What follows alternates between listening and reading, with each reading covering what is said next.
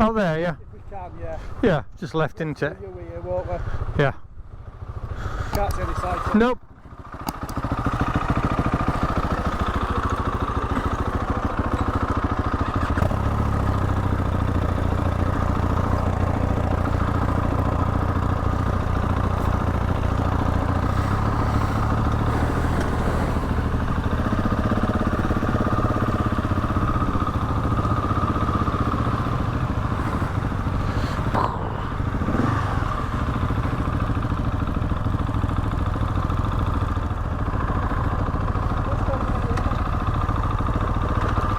Say again. Yeah, ready, mate. Okay.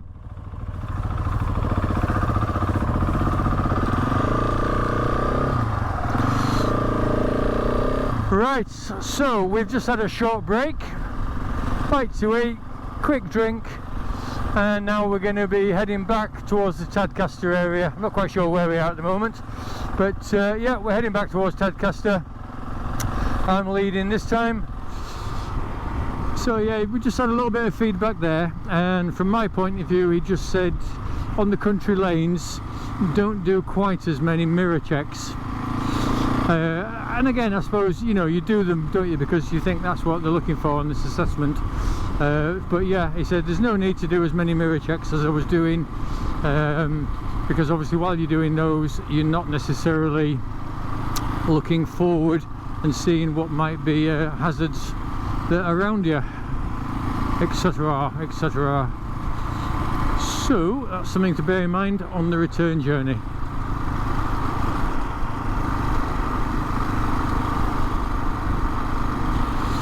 So we've got a roundabout here, we're going to go straight on, so second exit, and we're just coming into a national speed limit as well. So I'm just going to ease off slightly, down into third gear. Got a couple of bikers up ahead. I'm not going to indicate here because it's not going to benefit anybody. Coming off the roundabout.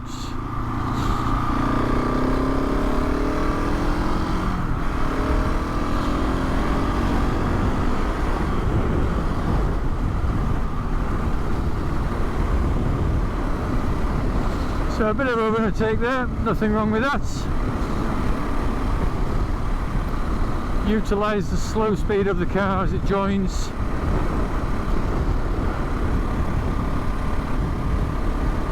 It's very windy here, so if you see me drifting about a bit, it's not that I'm drunk, it's just that it's very windy. So we've got a right hand bend coming up, we've got a sign there, we've got chevrons, dropping it down into 5th gear, maintaining mid 50s, coming round, and then opening up, checking, and back out.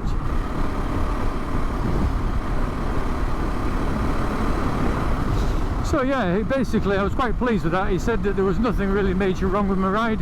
As I said, just don't do as many mirror checks as you were doing because they're unnecessary, and just use a little bit more of the road on some of the country lanes. So if that's the worst feedback I get today, I shall be very happy with that. So just watching the junction here on the near side and the oncoming vehicle.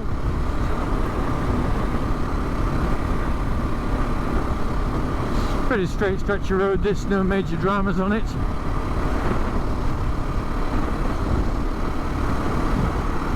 I think we've been very lucky with the weather, because the weather forecast was for rain. So we've got a red vehicle there, as you've seen me, slowing down. He has indeed.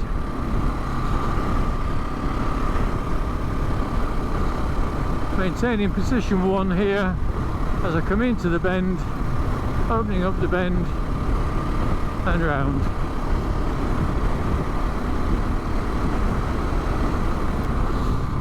So I'm just going to ease it down here because we're coming into a change of speed, 40 miles an hour.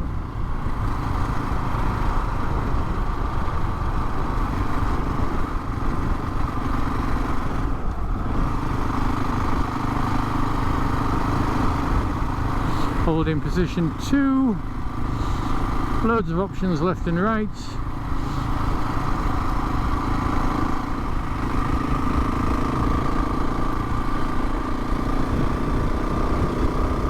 And powering it on again. Moving over to the near side slightly as we come to the brow, and then we're good. And moving back out, opening up that left hand bend, and then just drifting in ever so slightly back into position 2. Coming over into position 1.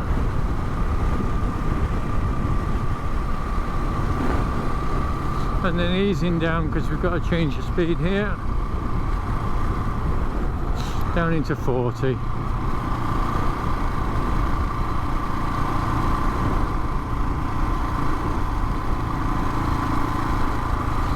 Long Marston. So maintain position 2. Take it down into 4th gear.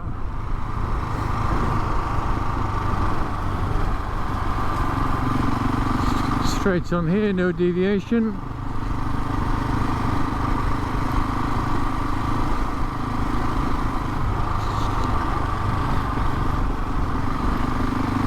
Still in a 40 limit.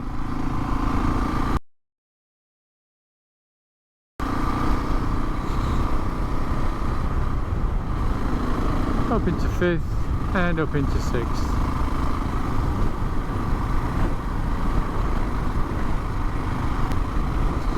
Did I miss a national speed limit sign then?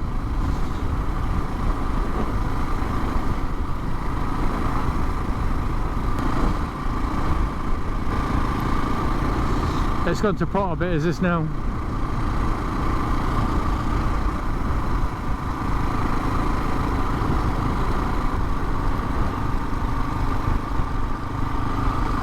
Skid risk.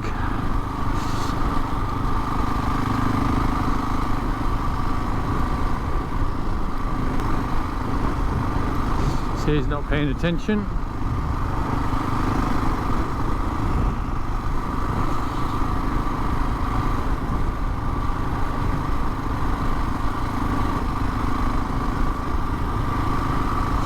And down to 30. I have a feeling this is a national speed limit, which I missed.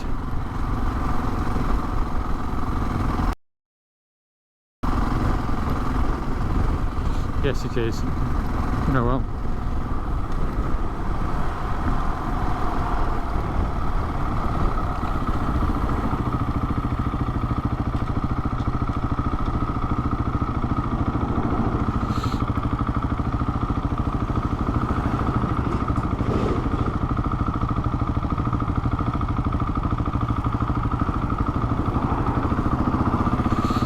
And we're off.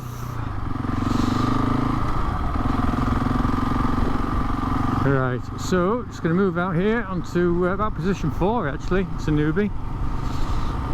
Nobody at the crossing, so just carry on. Somebody walking towards them, but no dramas there. So we've got another chicane coming up, but I've got priority here.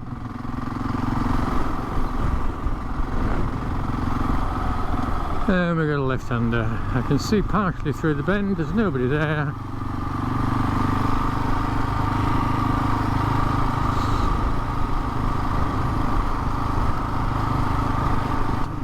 Maintaining a 30mph speed limit, parked vehicle to the near side. Going to move out very slightly here. And then just check my mirrors, move back in again. Still maintaining 30. Left hand bend, it's increasing to 40.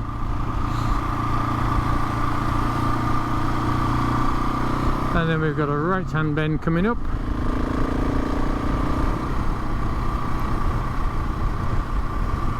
Plenty of chicanes and chevrons, not chicanes but chevrons.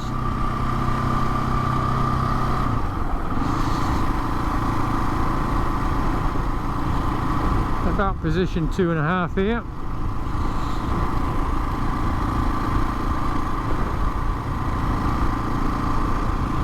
Checking near side, nothing there. Just moving a bit more central into position 2, a bit more of a defensive riding position. Got a cyclist coming up ahead, so I'm just going to move out very slightly here to position 3, but being mindful of any oncoming vehicles.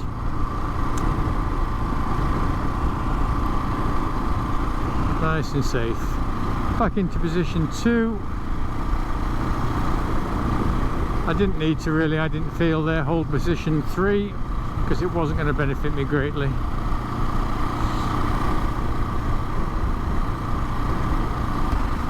So coming into a right hand bend, just going to hug position 1 here.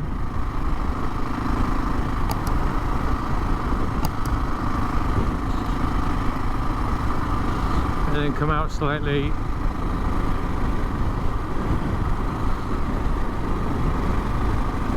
Maximising my view by holding position 3 but being able to move back in to position 2 should I need to do so, which I don't.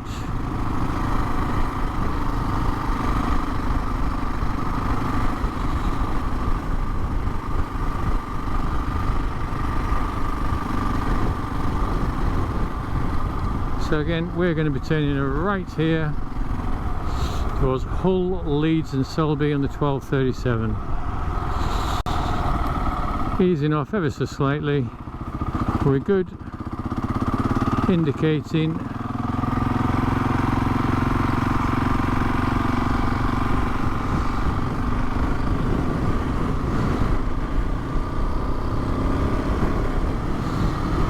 So like there I can see it says national speed limit. I must have missed the signs earlier.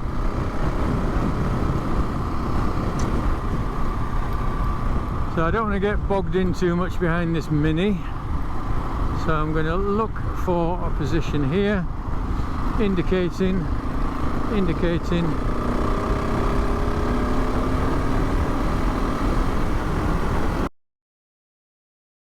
And that is a big mistake.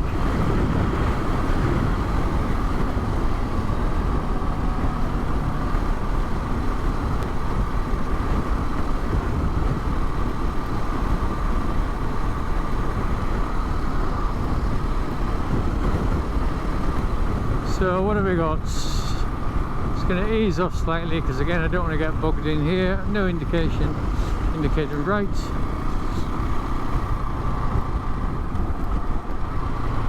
Easing off slightly.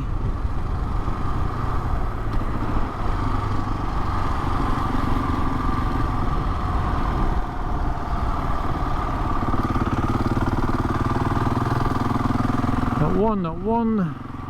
Not two, this way? No, straight round. Yeah, ask him, Brian.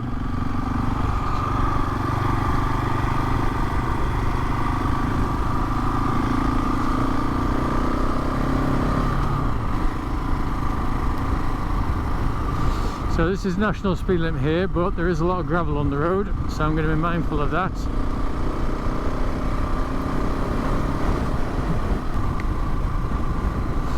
So the positioning of the gravel on the road is usually, well here is about position 2. So I want to be mindful of that, so I don't end up riding on it.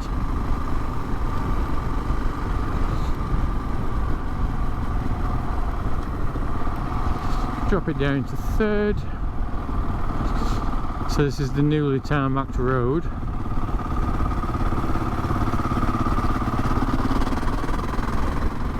So it is quite grippy, is this?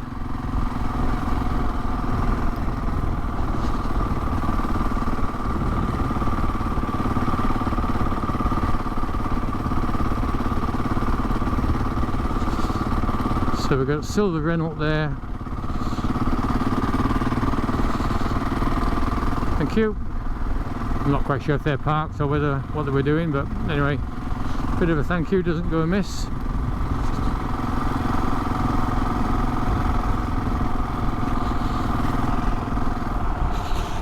Did I miss an exit there? I did, didn't I?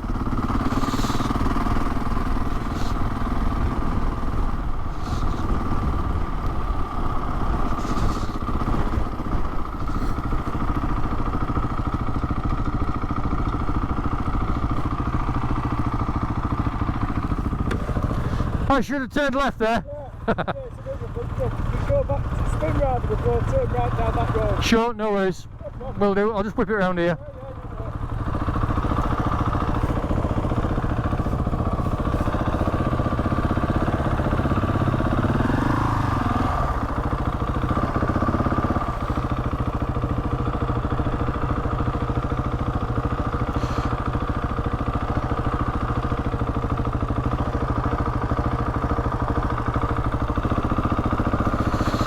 Yeah, my bad.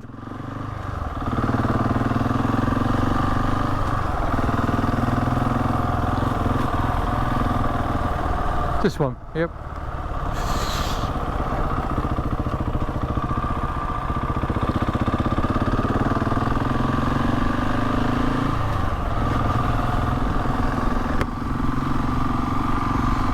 Right, so yeah, a little bit of a faux pas there, never mind.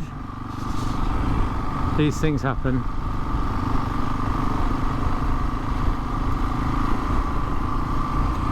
So into this Nationals, let's get some speed on. So he was just saying to me earlier then, obviously, as I mentioned earlier, utilise more of the road. So come into position 2, and then back out to position 3, and then power it on. So we've got junction to the left and right.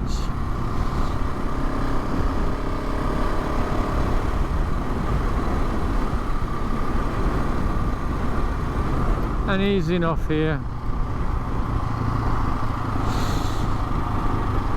And we're taking a right.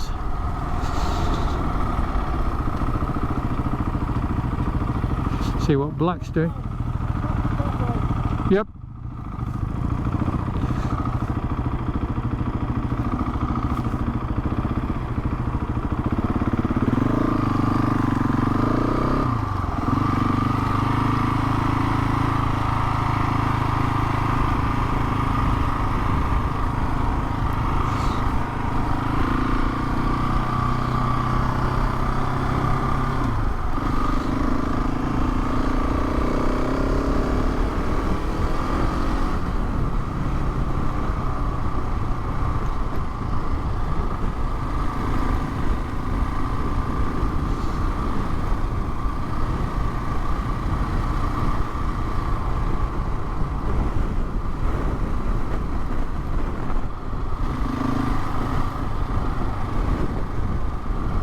Yep.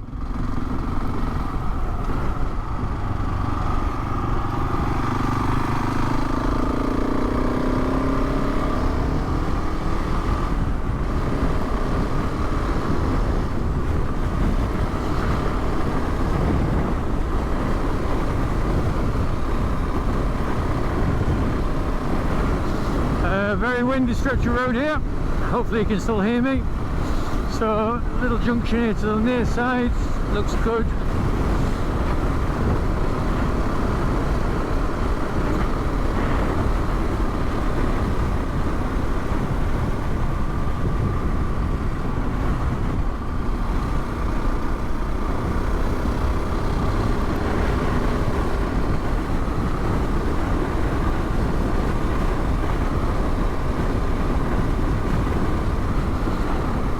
In position 1 here, easing off slightly, corners opening up,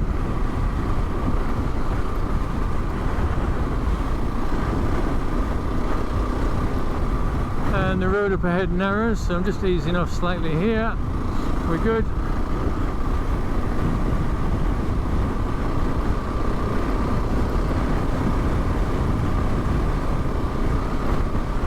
I'm just staying slightly out from position 1 because, as you can probably see, the road surface is terrible.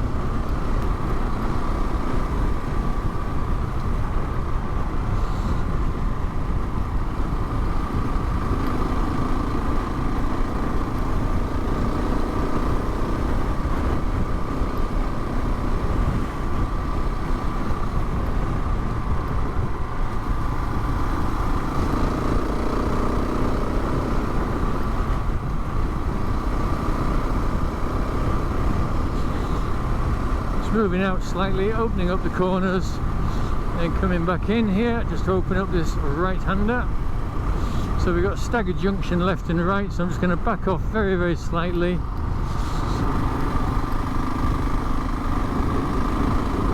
Checking it's clear, and we can power it back on again here.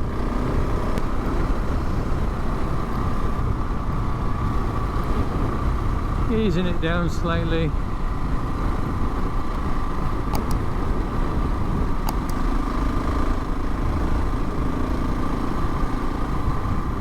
Easing it down slightly.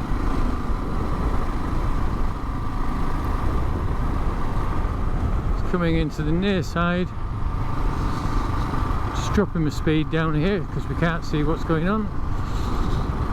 Coming out ever so slightly just to open up that left-hander, and then moving back in again.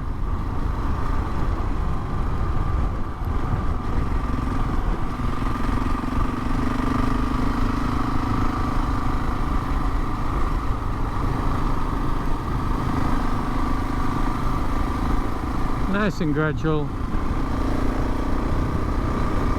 and because I wasn't going too fast there, I didn't have to do a knee-jerk reaction and swerve back in aggressively.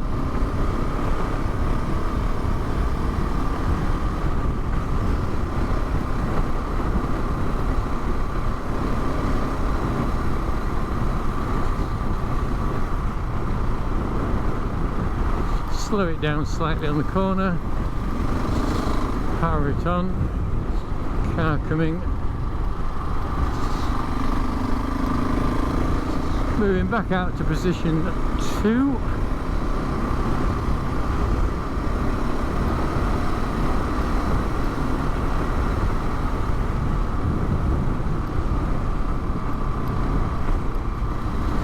and then back into position 1 here, just being mindful of any gravel in the gutter. And then back out, opening up that left hand bend, seeing what's there. We've got a right hand bend coming up ahead, easing off.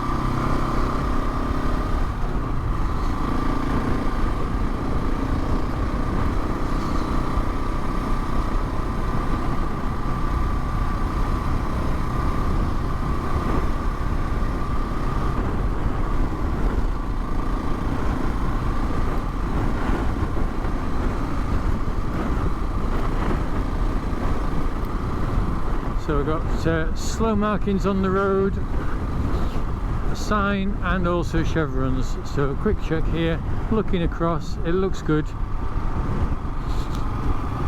Flowing it through and powering it on.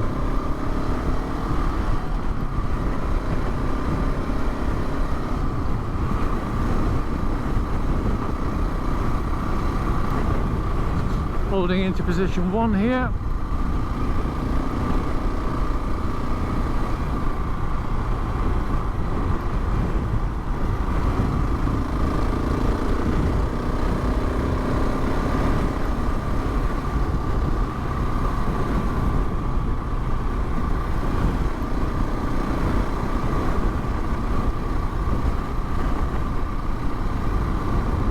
And just easing it down ever so slightly here.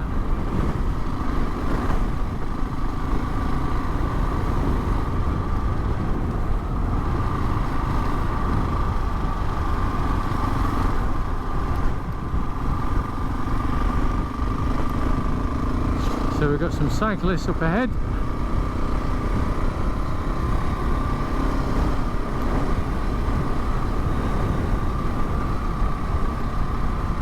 And also a few little bumps and a curve, a bend coming up to the right.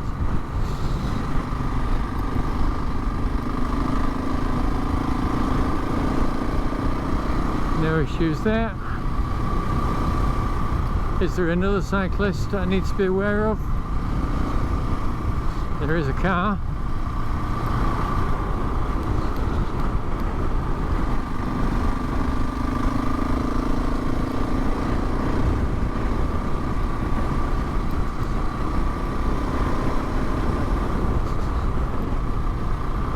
And we're coming down into a 30 limit.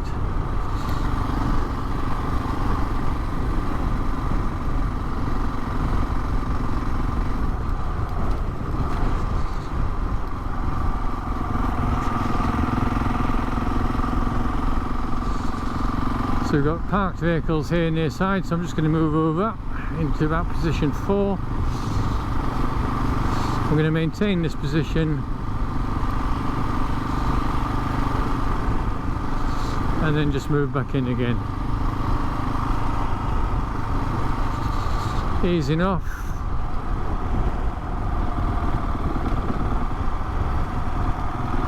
Tip it in, around we go.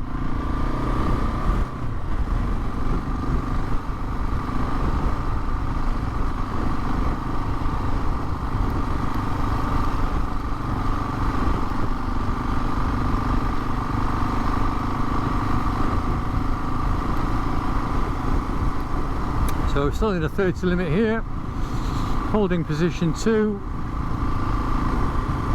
coming into nationals, no indication from Bam Bam, and we're away.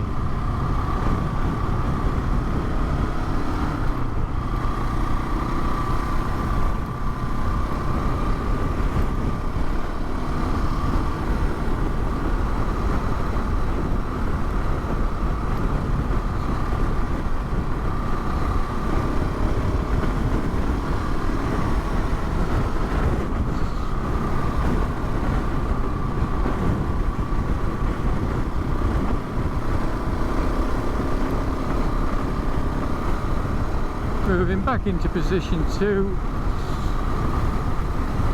and then it's going to come over into position 1, open up this bend,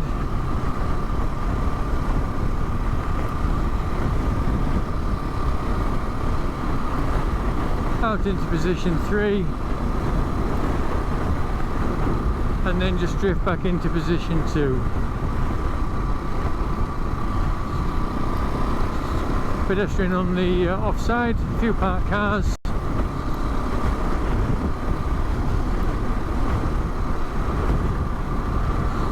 Now open up this bend by moving out to position 3 and then come back in into position 1.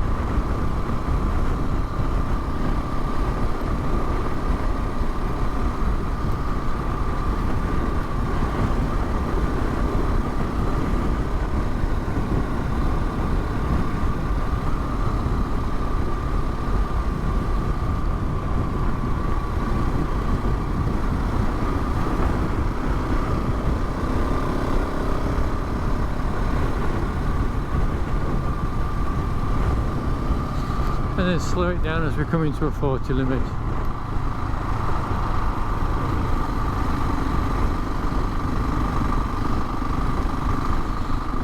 So we've got cyclists up ahead. Can we see what's going on?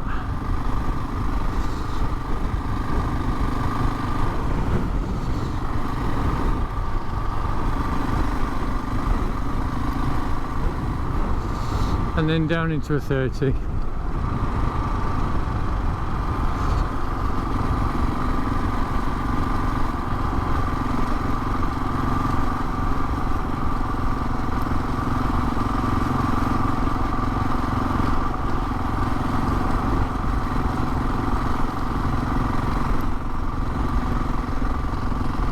No indication.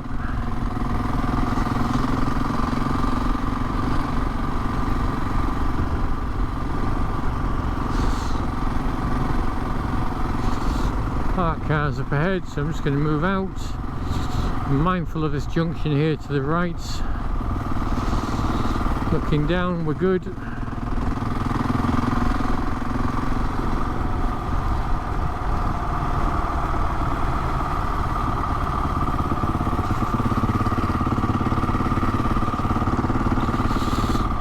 And we're coming to a standstill.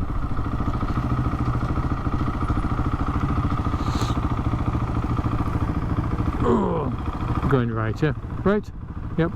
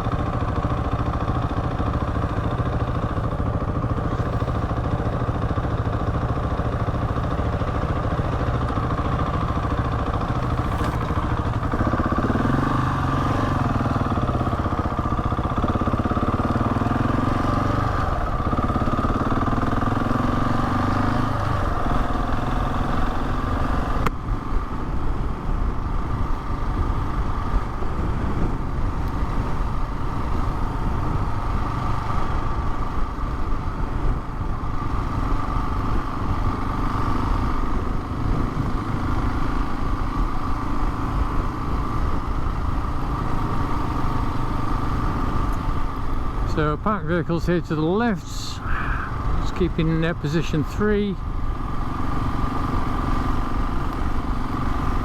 Moving back into position 2.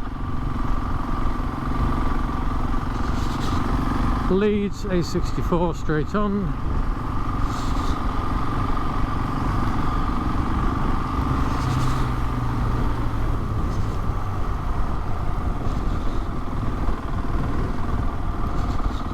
And we're going straight on here by the looks of it.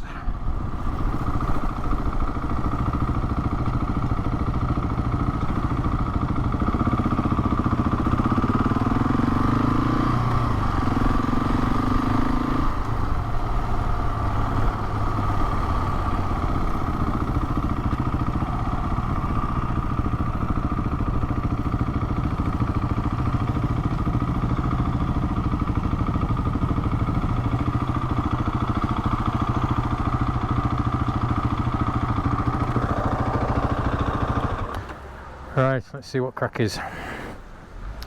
Oh.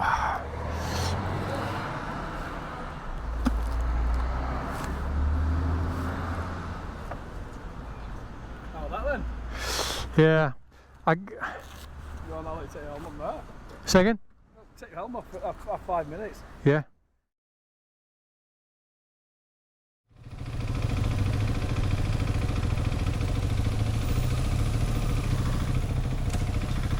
Right, off we go again. So Marek's leading now, Bam Bam in the middle, and me taking up the rear. So just had a bit of feedback there.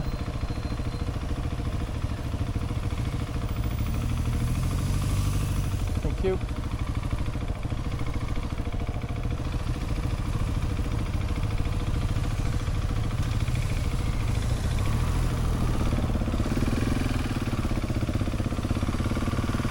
So yep, just saying, just had a bit of feedback there about my ride. Personally, I didn't think it went very well because I got a bit mixed up with the speed. Right, for some reason there, I've no idea why, this bit of footage, it seemed to have messed up the audio on it. So I've just had to retrospectively do a bit of a voiceover on this, so bear with me. Yeah, so personally, I mean, what we're saying here as we come out the garage is I'm just sort of trying to recap a little bit of the feedback that I got from the police bike rider, who, as I said earlier, is called Bam Bam. Personally, I didn't think that particular ride went very well. I did obviously miss some speed limit signs, changing from 40 internationals, and I'm not sure if vice versa, but definitely going from 40 into 60 or internationals. So that's obviously a bit of a negative in regards to observation. However, looking back at the video, the signs, although the signs were there to be seen, some of them were partially concealed in the bushes, and but nevertheless I should have been aware of them. But I think sometimes you miss these things even if they're there staring in your face in a situation like this, because there's a certain degree of pressure on you, a bit of stress on you, and so perhaps you miss things for that reason. I don't know, but that's my excuse anyway. It could be that reason, but it could just be that I wasn't paying attention. But it's certainly something that I need to be more aware of going forward. Reviewing the video footage that I did, the overtake with the red Mini, now that was interesting. I wasn't initially aware of it, however the police bike rider gave me some feedback on that later. He was very happy with the overtake, the decision to overtake, the pace at which I did it, but he did say to me that as I started to overtake and draw level with the Mini driver actually accelerated, so that they sped up slightly, which obviously then made my overtake of them more difficult than it needed to have been, and consequently the overtaking process took longer, and because it took longer it then brought me closer to that junction which I've highlighted on the offside. So you know, I did think as I was in the process of doing the overtake, should I have bought it and just hang back? But as far as the vehicle that was coming towards me in the opposing lane, I was confident that I got plenty of time in order to complete that manoeuvre and pull back in front of the Mini And yes, you know, anybody that's been really vigilant, they'll see that the speedometer on my bike, I did exceed the speed limit there, but again, from the police bike rider's perspective, on these courses or on these rides, these observed rides, they're not too fussed. As long as you don't go stupid, you know, if you go a few miles an hour over the speed limit in order to do something, to complete a manoeuvre safely, whatever, they're not that fussed. But again, obviously it has to be done safely, appropriately, with everything else falling into position, you know, in regards to your IPSCA. But yeah, on this occasion, would I do it again? Yes, I probably would.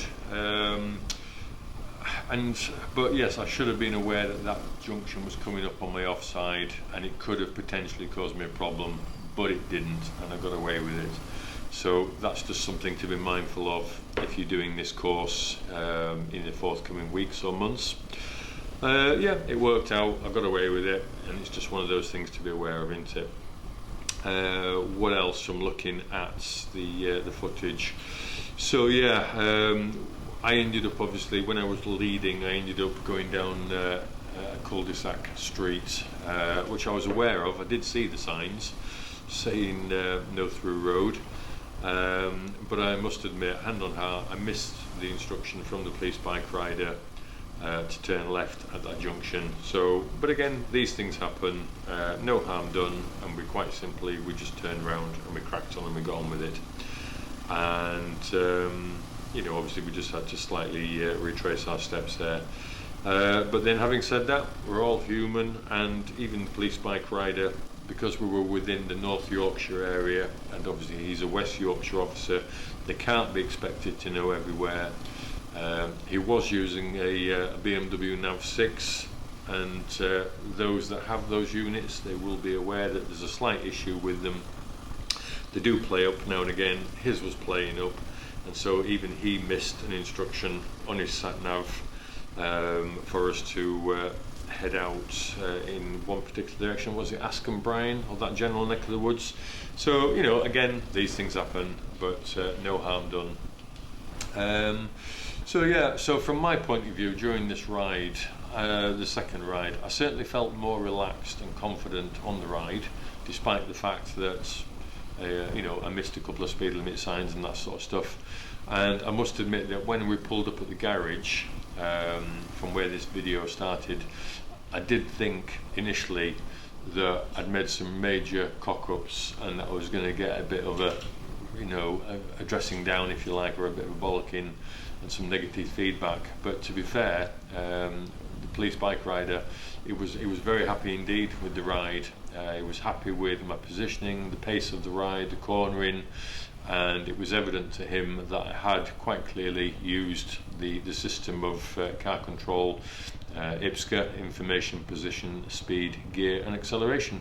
So yes, I was very happy with that, and it's nice to get a bit of feedback, because sometimes you might think you've done quite badly or not as well as you could have done or had hoped to do, but then from another person's perspective they think, well, no, it was actually quite a fluid ride and it went quite well, you know, there were no issues to highlight at all.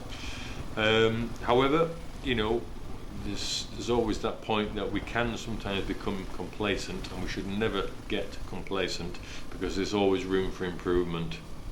And anybody, obviously, as we all know, anybody can pick up bad habits, and I don't genuinely think that there's anything, or there's any such thing as a perfect rider.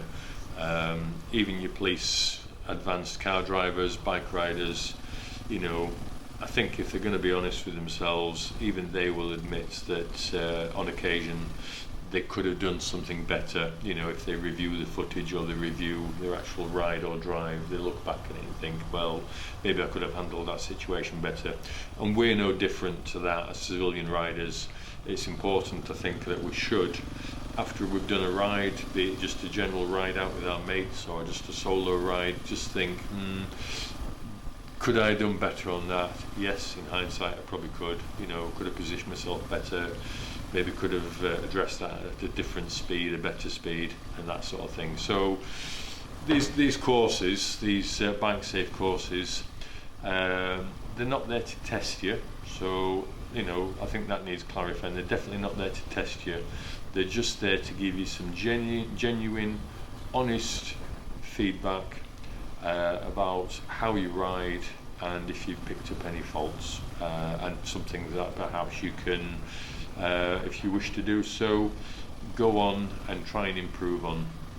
And obviously that brings us on to, you know, what's the benefit of doing a Bikesafe course? Well, obviously it's to highlight any issues that you might have, but also it's just generally to perhaps dangle a carrot in front of you and maybe give you an incentive to go on and do some further training with some of the professional rider groups, such things as like the IAM, the Institute of Advanced Motorists, or ROSPA, which is the Royal Organisation Society Prevention of Accidents. I think I've got that right.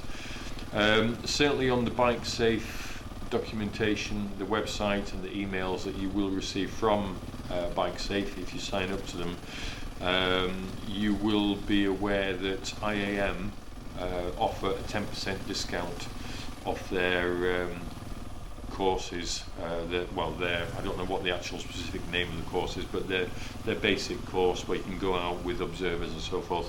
So they offer a 10% discount off their fee, which I think currently is about 170 quid, give or take. So again, you know, not a massive saving, but it's still money in your pocket, and it might be something that you're interested in doing. I think I'm definitely going to look into IAM and have a go at that.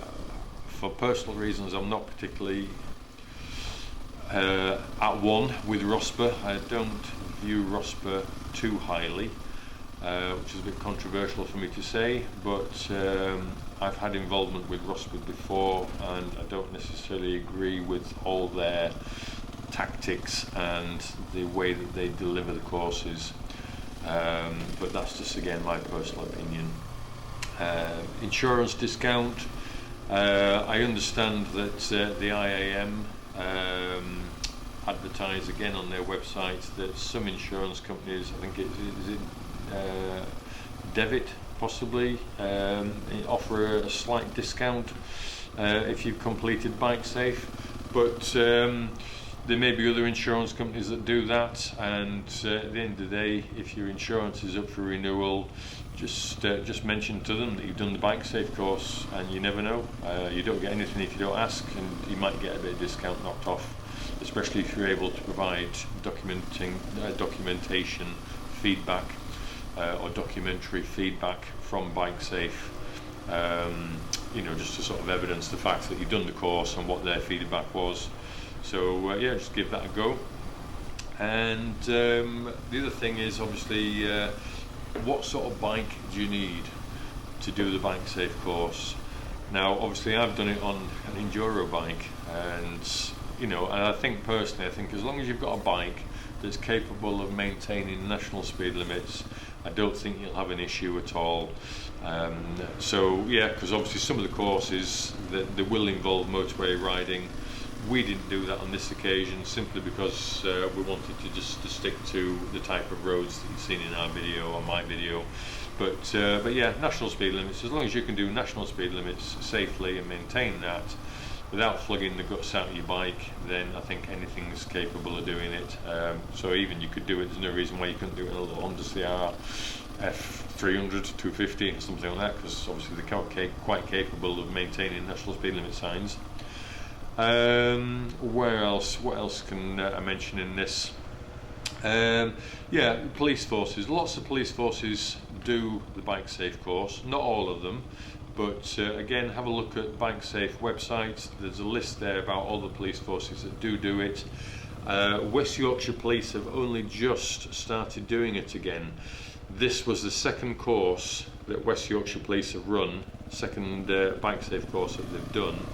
After a break of 12 years, and I understand that the reason why they didn't run a course for 12 years is because somebody who was in charge of these courses, or who would rubber stamp it, didn't think that they were a good idea, or didn't think that they were beneficial, or something along those lines. But obviously opinions change, and so they've resurrected them, and as I said, this was the second course that they've done. Feedback wise, feedback is given to you at the end of each paired ride. So I got 2 lots of feedback where you pull into like a garage or a cafe or something like that, and you'll both retrospectively get a little bit of feedback on your ride. They seem to prefer doing it on a 2-to-1 ratio, so 2 people on the courses with 1 police bike rider, so that's a nice ratio. It gives you an opportunity to get plenty of riding in, and again, the feedback that you get, whether it's good or it's bad, is delivered in a way that's not aimed at demoralising you. It's there to, you know, to sort of incentivise you to, if that's the right word, to, you know, take it on board in the spirit in which it's intended and learn from it. Certainly not oppressive feedback or anything like that. It's a nice sort of relaxed atmosphere that you get the feedback in. What else can I say? So you get some written feedback anyway. I got mine, I think, the day after the course, so Monday or Tuesday. If I can get a decent picture of it, I'll put it on screen with certain bits of it edited out, like my personal email address and stuff like that. But it just gives you a brief idea about the extent of the feedback that you get. Some people might get feedback which is quite condensed. As you can see, if I've included mine, it's quite a brief summary, but you know, it is what it is, and that will probably vary from candidate to candidate. So if you have any questions about this course, either feel free to ask them down below, or alternatively just have a look on the Bikesafe course itself, and hopefully there that you'll see some information there which will assist you. So I hope you've enjoyed this video, and if you have, then please, as I often say, leave a comment down below. That's always appreciated. Give me a thumbs up if you've liked it. Give me a thumbs down if you've disliked it. But if you have disliked it, I'd appreciate it if you'd explain why. What is it that you don't like about the video? And if you've just come across this channel because you've been looking on YouTube for Bikesafe courses, if you like the sort of stuff that I do, feel free to subscribe, hit the notification bell, and obviously then when I put a video out, which is generally every week, you'll be automatically notified when that video, any new videos are released. That's it really. If you like the sort of stuff that I do and you want to support the channel, then there is an opportunity to do that. Have a look in the description below. You can buy me a coffee or a hot chocolate. I think it's £2 or £3, and that just helps me to get out of my bike by putting a bit of fuel in the bike, that type of thing. So that's it, folks. Sorry about the audio or the loss of audio on the video. Typical of GoPro, sometimes the audio input fails. Just one of those things. But I hope you enjoyed it, and if you have, as I said, just leave a comment down below. So thank you very much indeed. Take care everybody, and I shall catch up with you hopefully on my next video. Ta-ra for now.